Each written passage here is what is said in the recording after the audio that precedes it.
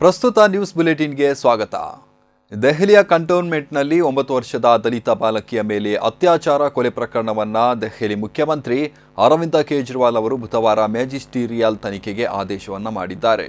ಬಾಲಕಿಯ ಕುಟುಂಬಸ್ಥರನ್ನು ಇಂದು ಭೇಟಿ ಮಾಡಿದ ಕೇಜ್ರಿವಾಲ್ ಅವರು ಕುಟುಂಬಸ್ಥರಿಗೆ ಸಾಂತ್ವನವನ್ನು ಹೇಳಿದರು.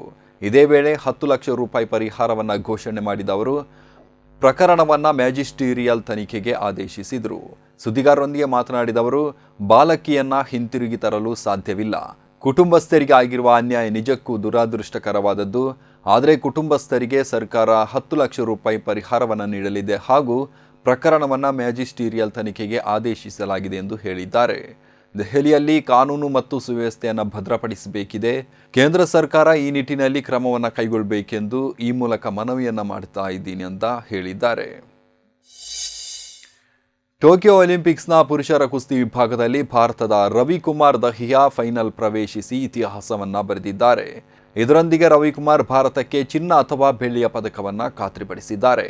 ಬುಧವಾರ ನಡೆದ ಪುರುಷರ 57 ಕೆಜಿ ಫ್ರೀ ಸ್ಟೈಲ್ ವಿಭಾಗದ ಸೆಮಿಫೈನಲ್ ಮುಖಾಮುಖಿಯಲ್ಲಿ ರವಿಕುಮಾರ್ ಕಜಕಿಸ್ತಾನದ ನುರಿಸ್ಲಾಮ್ ಸನಾಯೇವ್ ವಿರುದ್ಧ ಅಭೂತಪೂರ್ವ ಗೆಲುವನ್ನು ದಾಖಲಿಸಿದರು.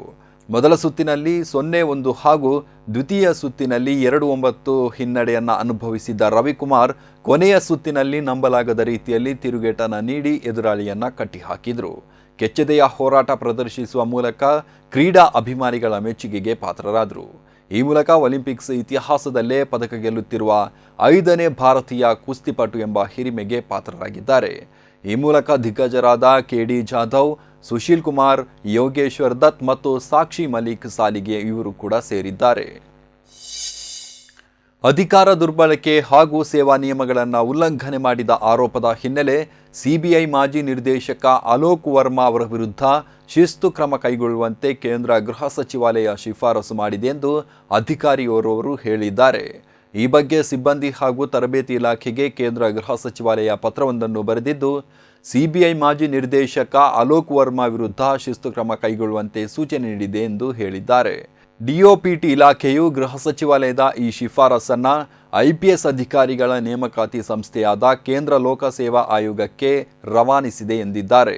ಗೃಹ ಸಚಿವಾಲಯದ ಈ ಕ್ರಮ ಅನುಮೋದನೆಗೊಂಡಲ್ಲಿ ಅಲೋಕ್ ವರ್ಮಾ ಅವರ ಪಿಂಚಣಿ ಹಾಗೂ ನಿವೃತ್ತಿಯ ಬಳಿಕ ದೊರೆಯುವ ಸೌಲಭ್ಯಗಳನ್ನು ತಾತ್ಕಾಲಿಕ ಅಥವಾ ಶಾಶ್ವತವಾಗಿ ಸರ್ಕಾರ ಮುಟ್ಟುಗೋಲು ಹಾಕುವ ಸಾಧ್ಯತೆ ಇದೆ. ಮೇಕೆದಾಟು ಅಣೆಕಟ್ಟು ವಿಷಯದಲ್ಲಿ ತಮಿಳುನಾಡು ಬಿಜೆಪಿ ಘಟಕ ಡಬಲ್ ಆಕ್ಟಿಂಗ್ ಮಾಡುತ್ತಿದೆ ಎಂದು ಮಕ್ಕಳ ನೀತಿ ಮಯ್ಯಂ ಪಕ್ಷದ ನೇತಾರ ನಟ ಕಮಲ್ ಹಾಸನ್ ವ್ಯಂಗ್ಯವಾಡಿದ್ದಾರೆ. ಸುದ್ದಿಗಾರರೊಂದಿಗೆ ಮಾತನಾಡಿದ ಅವರು, ಒಂದೆಡೆ ತಮಿಳುನಾಡು ಬಿಜೆಪಿ ಮೇಕೆದಾಟು ಯೋಜನೆ ವಿರುದ್ಧ ಪ್ರತಿಭಟನೆಯನ್ನ ಮಾಡಲು ಮುಂದಾಗಿದೆ. ಇನ್ನೊಂದೆಡೆ ಕರ್ನಾಟಕ ಬಿಜೆಪಿ ಸರ್ಕಾರವು ಯೋಜನೆಯನ್ನ ಜಾರಿಗೆ ತರಲು ಹವಣಿಸ್ತಾ ಇದೆ. ಇದು ಬಿಜೆಪಿ ದೇಶದಲ್ಲಿ ಮಾಡುತ್ತಿರುವಂತಹ ಡಬಲ್ ಆಕ್ಟಿಂಗ್. ನಾನು ನಟನಾಗಿ 25ಕ್ಕೂ ಹೆಚ್ಚು ಚಿತ್ರದಲ್ಲಿ ದ್ವಿಪಾತ್ರದಲ್ಲಿ ಅಭಿನಯಿಸಿದ್ದೇನೆ. ಆದರೆ ರಾಜಕೀಯದಲ್ಲಿ ಬಿಜೆಪಿ ಡಬಲ್ ಆಕ್ಟಿಂಗ್ ಮಾಡುತ್ತಿದೆ ಎಂದು ಟೀಕಿಸಿದ್ದಾರೆ. ಕರ್ನಾಟಕ ಮತ್ತು ತಮಿಳುನಾಡು ಬಿಜೆಪಿಗಳೆರಡೂ ಕೇಂದ್ರ ಸರ್ಕಾರದ ಕೈಗೊಂಬೆಗಳು. ಭಾರತದಲ್ಲಿ ಬಿಜೆಪಿ ಈಸ್ಟ್ ಇಂಡಿಯಾ ಕಂಪನಿಯಂತೆ ಬೆಳೆಯುತ್ತಾ ಇದೆ. ರಾಜಕೀಯ ಲಾಭಕ್ಕಾಗಿ ಉತ್ತರ ಭಾರತದ ಕಂಪನಿಯಾದ ಬಿಜೆಪಿ ತಮಿಳುನಾಡನ್ನು ಒಡೆಯುವಂಥ ಕುತಂತ್ರಗಳನ್ನು ನಡೆಸುತ್ತಿದೆ ಎಂದು ಟೀಕಿಸಿದ್ದಾರೆ. ಕೇರಳದಲ್ಲಿ ಲಾಕ್ಡೌನ್ನಲ್ಲಿ ಸಡಿಲಿಕೆ ಮಾಡಲಾಗಿದ್ದು, ವಾರಾಂತ್ಯ ಸಂಪೂರ್ಣ ಲಾಕ್ಡೌನ್ ಅನ್ನು ಭಾನುವಾರಕ್ಕೆ ಮಾತ್ರ ಸೀಮಿತಗೊಳಿಸಲಾಗಿದೆ. ಎಲ್ಲ ವ್ಯಾಪಾರ ಮಳಿಗೆಗಳನ್ನು ಸೋಮವಾರದಿಂದ ಶನಿವಾರ ತನಕ ಬೆಳಿಗ್ಗೆ 7ರಿಂದ ರಾತ್ರಿ 9 ತನಕ ತೆರೆಯಲು ಅವಕಾಶವನ್ನು ನೀಡಲಾಗಿದೆ. ಸ್ವಾತಂತ್ರ್ಯ ದಿನವಾದ ಆಗಸ್ಟ್ 15 ಮತ್ತು ಓಣಂ ಹಿನ್ನೆಲೆಯಲ್ಲಿ ಆಗಸ್ಟ್ 22ರಂದು ಭಾನುವಾರ ಆಗಿರೋದ್ರಿಂದ ಅಂದು ವಾರಾಂತ್ಯ ಲಾಕ್ಡೌನ್ನಿಂದ ವಿನಾಯಿತಿಯನ್ನು ನೀಡಲಾಗಿದ್ದು, ವ್ಯಾಪಾರ ಮಳಿಗೆಗಳನ್ನು ತೆರೆಯಬಹುದು. ಈ ಹಿಂದೆ ಟೆಸ್ಟ್ ಪಾಸಿಟಿವಿಟಿ ಆಧಾರದಲ್ಲಿ ಜಾರಿಗೆ ತರಲಾಗ್ತಿದ್ದ ನಿಯಂತ್ರಣಗಳನ್ನು ಹಿಂತೆಗೆದುಕೊಂಡಿದ್ದು, ವಾರಕ್ಕೊಮ್ಮೆ ಸೋಂಕು ಹರಡುವಿಕೆ ಆಧಾರದಲ್ಲಿ ಸ್ಥಳೀಯ ಮಟ್ಟದಲ್ಲಿ ನಿಯಂತ್ರಣ ಜಾರಿಗೆ ತರಲಾಗುವುದೆಂದು ಕೇರಳ ಆರೋಗ್ಯ ಸಚಿವೆ ವೀಣಾ ಜಾರ್ಜ್ ವಿಧಾನಸಭೆಯಲ್ಲಿ ಮಾಹಿತಿಯನ್ನು ನೀಡಿದರು. ಇನ್ನು ಪ್ರಾರ್ಥನಾ ಮಂದಿರಗಳಲ್ಲಿ ವಿಸ್ತೀರ್ಣದ ಆಧಾರದಲ್ಲಿ ಭಕ್ತರಿಗೆ ಪ್ರವೇಶವನ್ನು ನೀಡಲಾಗುವುದು. ಒಂದು ಬಾರಿಗೆ 40 ಮಂದಿಗೆ ಮಾತ್ರ ಅವಕಾಶವನ್ನು ನೀಡಲಾಗಿದೆ. ವಿವಾಹ ಹಾಗೂ ಅಂತ್ಯಕ್ರಿಯೆ ಹಾಗೂ ಮರಣಾನಂತರ ಕಾರ್ಯಕ್ರಮಕ್ಕೆ ತಲಾ 20 ಮಂದಿಗೆ ಮಾತ್ರ ಅವಕಾಶವನ್ನು ಕಲ್ಪಿಸಲಾಗಿದೆ ಎಂದರು. ಇಸ್ರೇಲ್ನ ಪೆಗಾಸಿಸ್ ತಂತ್ರಾಂಶದ ಮೂಲಕ ಬೇಹುಗಾರಿಕೆ ಪ್ರಕರಣದ ವಿರುದ್ಧ ರಾಷ್ಟ್ರೀಯ ಪ್ರಜಾಸತ್ತಾತ್ಮಕ ಒಕ್ಕೂಟದ ಮತ್ತೊಬ್ಬ ಹಿರಿಯ ನಾಯಕ ಹಾಗೂ ಹಿಂದೂಸ್ತಾನಿ ಅವಾಮ್ ಮೋರ್ಚಾ ಮುಖ್ಯಸ್ಥ ಜಿತಿನ್ ರಾಮ್ ಮಾಂಜಿ ಧ್ವನಿಯನ್ನು ಎತ್ತಿದ್ದಾರೆ. ಪಾಟ್ನಾದಲ್ಲಿ ಸುದ್ದಿಗೋಷ್ಠಿಯಲ್ಲಿ ಮಾತನಾಡಿದ ಅವರು ಕೇಂದ್ರದ ಪ್ರತಿಪಕ್ಷಗಳ ಹೋರಾಟಕ್ಕೆ ಬೆಂಬಲವನ್ನು ಸೂಚಿಸಿದ್ದಾರೆ.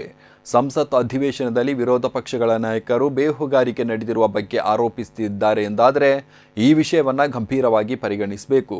ಪೆಗಾಸಸ್ ಬೇಹುಗಾರಿಕೆ ಕುರಿತು ಉನ್ನತ ಮಟ್ಟದ ತನಿಖೆ ನಡೆಸಬೇಕು. ಆ ಮೂಲಕ ಪ್ರಕರಣದ ಹಿಂದಿರುವಂಥ ವ್ಯಕ್ತಿ ಯಾರು, ಬೇಹುಗಾರಿಕೆಯನ್ನು ನಡೆಸುತ್ತಿರೋದು ಯಾರು ಎನ್ನುವುದು ಬಹಿರಂಗವಾಗಬೇಕು ಎಂದಿದ್ದಾರೆ. ಬಿಹಾರ ಸರ್ಕಾರದಲ್ಲಿ ಎನ್ಡಿಎ ಮೈತ್ರಿಕೂಟದ ಭಾಗವಾಗಿರುವ ಮಾಂಜಿ ಈ ಹಿಂದೆಯೂ ಕೂಡ ಹಲವು ವಿಷಯಗಳಿಗೆ ಕೇಂದ್ರ ಸರ್ಕಾರ ಹಾಗೂ ಪ್ರಧಾನಮಂತ್ರಿ ನರೇಂದ್ರ ಮೋದಿಯವರನ್ನು ವಿರೋಧಿಸಿದರು. ಪೆಗಾಸಿಸ್ ವಿವಾದದ ಬಗ್ಗೆ ತನಿಖೆ ನಡೆಸಬೇಕೆಂದು ಬಿಹಾರ ಸಿಎಂ ನಿತೀಶ್ ಕುಮಾರ್ ಕೂಡ ಆಗ್ರಹಿಸಿದರು. ಜಿತಿನ್ ರಾಮ್ ಅವರ ಹೇಳಿಕೆಯಿಂದಾಗಿ ಬಿಜೆಪಿ ಇದೀಗ ಕೆಂಡಾಮಂಡಲವಾಗಿದೆ. ಸಚಿವ ಸಂಪುಟಕ್ಕೆ ಆಯ್ಕೆಯಾದ 29 ಮಂದಿ ಸಚಿವರ ಪ್ರಮಾಣ ವಚನ ಸಮಾರಂಭವು ಬೆಂಗಳೂರಿನ ರಾಜಭವನದಲ್ಲಿ ನಡೆಯಿತು. ರಾಜ್ಯಪಾಲ ತಾವರ್ ಚಂದ್ ಗೆಹ್ಲೋಟ್ ನೂತನ ಸಚಿವರಿಗೆ ಪ್ರತಿಜ್ಞಾವಿಧಿಯನ್ನು ಬೋಧಿಸಿದರು. ವೇದಿಕೆಯಲ್ಲಿ ಮುಖ್ಯಮಂತ್ರಿ ಬಸವರಾಜ ಬೊಮ್ಮಾಯಿ ಉಪಸ್ಥಿತರಿದ್ದರು. ಮೊದಲಿಗನಾಗಿ ಗೋವಿಂದ ಕಾರಜೋಳ ಪ್ರತಿಜ್ಞಾವಿಧಿಯನ್ನು ಸ್ವೀಕರಿಸಿದರು. ನಂತರ ಕ್ರಮವಾಗಿ KS Eshwarappa, R Ashok, B Sriramulu, V Somanna, Umesh Katti, S Angara, JC Madhuswamy, Araga Jnanendra, doctor CS Ashwath Narayan, CC Patil, Anand Singh, Kota Srinivas Poojary, Prabhu Chauhan, Murugesh Nirani, KS Eshwarappa ಅವರು ಸಂಪುಟ ದರ್ಜೆಯ ಸಚಿವರಾಗಿ ಪ್ರಮಾಣ ವಚನವನ್ನು ಸ್ವೀಕರಿಸಿದರು. ಇನ್ನು ಶಶಿಕಲಾ ಜೊಲ್ಲೆ ಅವರ ಹೆಸರು ನೂತನ ಸಚಿವರ ಪಟ್ಟಿಯಲ್ಲಿ ಇರಲಿಲ್ಲ. ಕೊನೆಗಳಿಗೆಯಲ್ಲಿ ಹೆಸರು ಸೇರಿಸಲಾಗಿತ್ತು. ಹಾಗಾಗಿ ಅವರಿಗೆ ಕೊನೆಗಳಿಗೆಯಲ್ಲಿ ಮಾಹಿತಿಯನ್ನು ನೀಡಲಾಯಿತು. ಕಾರ್ಯಕ್ರಮಕ್ಕೆ ವಿಳಂಬವಾಗಿ ಅವರು ಆಗಮಿಸಿದರು. ವಿಮಾನ ನಿಲ್ದಾಣದಿಂದ ರಾಜಭವನಕ್ಕೆ ಬರಲು ಜೊಲ್ಲೆಗೆ ಝೀರೋ ಟ್ರಾಫಿಕ್ ವ್ಯವಸ್ಥೆಯನ್ನು ಮಾಡಲಾಯಿತು. ಮುಖ್ಯಮಂತ್ರಿ ಬಸವರಾಜ ಬೊಮ್ಮಾಯಿ ಅವರ ಸಂಪುಟದಲ್ಲಿ ಸಚಿವ ಸ್ಥಾನ ಸಿಗಲಿಲ್ಲ ಎಂಬ ಹಿನ್ನೆಲೆಯಲ್ಲಿ ಶಾಸಕರ ಬೆಂಬಲಿಗರು ರಾಜ್ಯದ ಹಲವೆಡೆ ಪ್ರತಿಭಟನೆಯನ್ನು ನಡೆಸಿದ್ದಾರೆ. ಸಚಿವ ಸ್ಥಾನದ ಆಕಾಂಕ್ಷಿಗಳಾದ ರಾಜುಗೌಡ, ನೆಹರು ಓಲೇಕಾರ್, ಸುಭಾಷ್ ಗುತ್ತೇದಾರ್, ಹಾಲಾಡಿ ಶ್ರೀನಿವಾಸ್ ಶೆಟ್ಟಿ ಮತ್ತಿತರ ಶಾಸಕರ ಬೆಂಬಲಿಗರು ನಗರದ ವಿವಿಧೆಡೆ ಪ್ರತಿಭಟನೆಯನ್ನು ನಡೆಸಿ ತಮ್ಮ ಆಕ್ರೋಶವನ್ನು ವ್ಯಕ್ತಪಡಿಸಿದರು.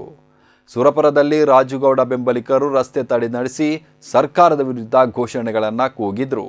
ಈ ಬಾರಿ ಬೊಮ್ಮಾಯಿ ಸಂಪುಟದಲ್ಲಿ ರಾಜುಗೌಡ ಅವರಿಗೆ ಸಚಿವ ಸ್ಥಾನ ಸಿಕ್ಕೇ ಸಿಗುತ್ತದೆ ಎಂಬ ಭರವಸೆಯಲ್ಲಿದ್ದರು. ಆದರೆ ನಮ್ಮ ಭರವಸೆ ಹುಸಿಯಾಯಿತು, ಮುಂದಿನ ದಿನಗಳಲ್ಲಿ ತಕ್ಕ ಪಾಠ ಕಲಿಸುತ್ತೇವೆ ಎಂಬ ಎಚ್ಚರಿಕೆಯನ್ನು ನೀಡಿದರು. ಬೆಂಗಳೂರು ಕ್ಷೇತ್ರದಲ್ಲೂ ರಾಜುಗೌಡ ಬೆಂಬಲಿಗರು ಪ್ರತಿಭಟನೆಯನ್ನು ನಡೆಸಿದರು. ಶಾಸಕ ನೆಹರು ಓಲೇಕಾರ್ ಅವರಿಗೆ ಸಚಿವ ಸ್ಥಾನ ತಪ್ಪಿದ್ದಕ್ಕಾಗಿ ಅವರ ಬೆಂಬಲಿಗರು ರಾಜ್ಯದ ಹಲವೆಡೆ ಪ್ರತಿಭಟನೆ ನಡೆಸಿ ತಮ್ಮ ಅಸಮಾಧಾನವನ್ನು ಹೊರಹಾಕಿದರು. ಹಾವೇರಿ, ಬೆಂಗಳೂರು ಸೇರಿದಂತೆ ಹಲವೆಡೆ ಪ್ರತಿಭಟನೆ ನಡೆಸಿ ಧಿಕ್ಕಾರದ ಘೋಷಣೆಯನ್ನು ಕೂಗಿ ಆಕ್ರೋಶವನ್ನು ವ್ಯಕ್ತಪಡಿಸಿದರು. ಹಾವೇರಿಯಲ್ಲಿ ಓಲೇಕಾರ್ ಬೆಂಬಲಿಗರು ಉರುಳು ಸೇವೆಯನ್ನು ಮಾಡಿದರು. ಹಲವರನ್ನ ಪೊಲೀಸರು ವಶಕ್ಕೆ ಪಡ್ಕೊಂಡ್ರು. ಇನ್ನು ಮೈಸೂರಿನಲ್ಲಿ ರಾಮದಾಸ್ಗೆ ಸಚಿವ ಸ್ಥಾನ ಸಿಗದಿದ್ದಕ್ಕೆ ಅವರ ಬೆಂಬಲಿಗರು ಕೂಡ ಅಸಮಾಧಾನವನ್ನು ವ್ಯಕ್ತಪಡಿಸಿದ್ದಾರೆ. ಇನ್ನು ಕುಂದಾಪುರ ಶಾಸಕ ಹಾಲಾಡಿ ಶ್ರೀನಿವಾಸ್ ಶೆಟ್ಟಿ ಅವರ ಬೆಂಬಲಿಗರು ಬೆಂಗಳೂರಿನ ಕಾವೇರಿ ನಿವಾಸದ ಮುಂಭಾಗ ಪ್ರತಿಭಟನೆಯನ್ನು ನಡೆಸಿದರು. ಮಂಗಳೂರು ಹೊರವಲಯದ ಉಳ್ಳಾಲದ ಮಾಸ್ತಿಗಟ್ಟೆಯಲ್ಲಿರುವ ಮಾಜಿ ಶಾಸಕ ದಿವಂಗತ ಬಿಎಂ ಇದಿನಬ್ಬ ಅವರ ಪುತ್ರ ಬಿಎಂ ಭಾಷಾ ಅವರ ಮನೆ ಮೇಲೆ ಎನ್ಐಎ ದಾಳಿ ನಡೆಸಿದೆ. ಎನ್ಐಎ ಐಜಿಪಿ ಉಮಾ ಅವರ ನೇತೃತ್ವದಲ್ಲಿ ಇಂದು ಬೆಳಿಗ್ಗೆ ಸುಮಾರು 25 ಮಂದಿ ಅಧಿಕಾರಿಗಳ ತಂಡ ಈ ದಾಳಿಯನ್ನು ನಡೆಸಿದೆ. ಸ್ಥಳೀಯ ಪೊಲೀಸರ ರಕ್ಷಣೆಯಲ್ಲಿ ದಾಳಿ ನಡೆದಿದ್ದು ನಾನಾ ರೀತಿಯಲ್ಲಿ ತನಿಖೆ ಮುಂದುವರಿದಿದೆ. ಬಿಎಂ ಭಾಷಾ ಅವರು ರಿಯಲ್ ಎಸ್ಟೇಟ್ ಉದ್ಯಮಿಯಾಗಿದ್ದು ಅವರ ಪುತ್ರಿ ಕೆಲವು ವರ್ಷಗಳ ಹಿಂದೆ ಕೇರಳದಿಂದ ನಾಪತ್ತೆಯಾಗಿದ್ದರು. ಅಲ್ಲದೆ ನಾಪತ್ತೆಯಾಗಿರುವವರು ನಿಷೇಧಿತ ಸಂಘಟನೆ ಜೊತೆ ಸಂಬಂಧ ಹೊಂದಿದ್ದಾರೆ ಎಂದು ಶಂಕಿಸಲಾಗಿತ್ತು. ಈ ನಿಟ್ಟಿನಲ್ಲಿ ದಾಳಿ ನಡೆಸಿರುವ ಎನ್ಐಎ ಅಧಿಕಾರಿಗಳು ಮನೆ ಮಂದಿಯಿಂದ ಮಾಹಿತಿಯನ್ನು ಕಲೆ ಹಾಕುತ್ತಿದ್ದಾರೆ ಎನ್ನಲಾಗಿದೆ.